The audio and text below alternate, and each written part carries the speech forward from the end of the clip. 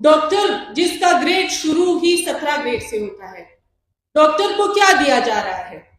अटकड़ियां लगाई जा रही है, सड़कों पे लाया जा रहा है, पब्लिकली उनकी इज्जत को उछाला जा रहा है, धमकियां दी जा रही है।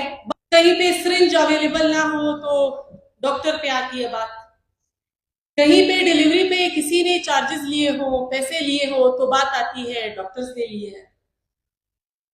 अस्पताल से रिलेटेड कोई भी मसला हो जो डॉक्टर की जिम्मेदारी नहीं है, वो बात लाके डॉक्टर पे रख देते हैं और उन्हीं बातों की वजह से डॉक्टर पे हर रोज हमले भी होते हैं, इन्वेस्टिगेशंस भी डॉक्टर्स की होती है, इंक्वायरीज भी डॉक्टर्स की होती है। तो मीडिया पर्सन से एक दरख्वास्त है कि हर बार आप लोगों के प्रोफेशन में भी ये है कि पहले तस्दीक होनी चाहिए और फिर उस बात को पब्लिक के सामने रखना चाहिए। और सारे मीडिया पर्सन नहीं जो ऐसा करते हैं। आजकल हम डॉक्टर्स सोशल मीडिया पे बड़े ही फेमस हो रहे हैं आप लोगों की वजह से। असातिज़ा, पुलिस, सीनियर्स, जूनियर्स सबको मेरी तरफ से अस्सलाम वालेकुम। और मीडिया पर्सन्स को खसूसी सलाम भी और एक इल्तिजा भी, एक दरख्वास्त भी सबसे पहले मीडिया पर्सन्स के लिए। आजकल हम डॉक्टर्स सोशल मीडिया पे बड़े ही फेमस हो रहे हैं आप लोगों की वजह से। कहते हैं कि वो एक डायलॉग है एक फिल्म का कि आप भी बड़ा कमाल करते हैं, हर बात को ला करके से पेट के साथ जोड़ देते हैं। तो सेहत के हवाले से जहां पे भी बात होती है, कोई भी बात हो, कहीं पे सिरिंज अवेलेबल ना हो तो डॉक्टर पे आती है बात, कहीं पे डिलीवरी पे किसी ने चार्जेस लिए हो, पैसे लिए हो तो बात आती है डॉक्टर्स ने लिए है। अस्पताल से रिलेटेड कोई भी मसला हो जो डॉक्टर की जिम्मेदारी नहीं है, वो बात लाके डॉक्टर पे रख देते हैं और उन्हीं बातों की वजह से डॉक्टर पे हर रोज हमले भी होते हैं, इन्वेस्टिगेशंस भी डॉक्टर्स की होती है, इंक्वायरीज भी डॉक्टर्स की होती है।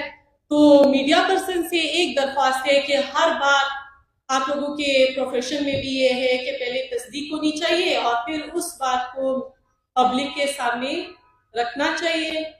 और सारे मीडिया पर्सन नहीं जो ऐसा करते हैं। और उसके बाद आते हैं जिस चीज के लिए हम यहाँ पे सब मौजूद हैं और जिस लिए हम सफर कर रहे हैं और जो बात हो रही है, जिस पे हमारी इज्जतें इतनी उछाली जा रही है, वो ये है कि निजाम की बेहतरी।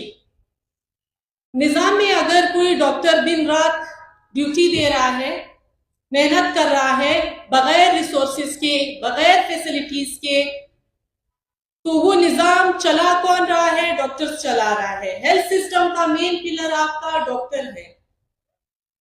और उसके बाद आती है बात मरीज के इलाज की।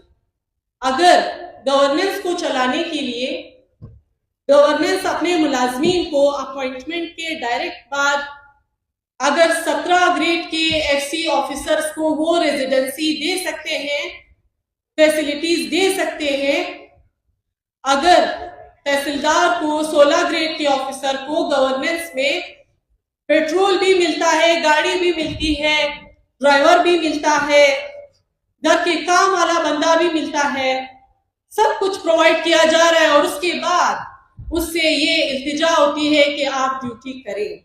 12 घंटे की ड्यूटी के बाद भी उनको कहा जाता है कि अगर आपने हाजिरी नहीं लगाई, प्रेजेंट एब्सेंट मार्क नहीं किया, तो आपकी तनख्वाह से, कौन सी तनख्वाह, 1 लाख तनख्वाह आप देते हैं। अगर आप क्लेम करते हैं कि हम बहुत ज्यादा देते हैं, तो ज्यादा आप कितनी देते हैं? 1.5 लाख देते हैं, जिसमें हमारा 25,000 अगर आप कम अज कम मिनिमम निकाले तो वो तो रिक्शे के आने जाने में निकल जाता है, जिसमें हमारी रेजिडेंसी का इशू है। यहाँ पे हम आते हैं 12 घंटे सर्विस दो, 24 घंटे सर्विस दो, कोई सिस्टम नहीं है, कोई निजाम नहीं है। खाना हम अपने जेब से मंगवाते हैं, पानी यहाँ पे नहीं होता आपका, गाउन आपके नहीं होते, चप्पल आपके नहीं होते। अगर आप ओटी में क्लेम करते हैं कि चप्पल नहीं है तो कहते हैं डॉक्टर जी चोरी करते हैं, डॉक्टर जी पहन के ले जाते हैं। चप्पल चोर हम हैं, ड्यूटीज हम नहीं करते, और सिस्टम कौन चला रहा है? सिस्टम को तो कोलैप्स होना चाहिए। आपकी जो, मैं चूंकि गायनी डिपार्टमेंट से हूं, अगर आपकी 12 घंटे की शिफ्ट में 50 डिलीवरीज होती है तो वो डिलीवरीज आपकी कौन कर रहा है? आया खाला कर रही है, आया कर रही है वो ड्यूटीज।